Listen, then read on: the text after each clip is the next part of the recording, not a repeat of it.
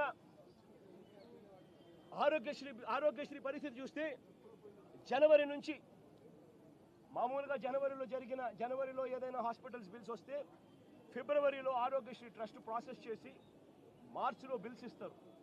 మార్చి 16న code వచ్చింది. ఇక అంతే. జనవరి నుంచి ఇప్పటిదాకా 2000 కోట్లు పైచిరుకు దాటాయి Aarogyasri network bill hospitals bill. ఇంతవరకు ఇచ్చిన పాపాన పోల.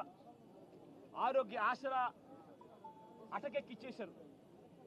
104, 108 మన ఎంప్లాయీస్కి సంబంధించి మొన్న అడుగుతూ ఉంటే సార్ ఈ ప్రభుత్వం వచ్చిన తర్వాత మాకు జీతాలు లేదు సార్ అని చెప్తా ఉన్నారు. ఈరోజు మెడికల్ కాలేజీలు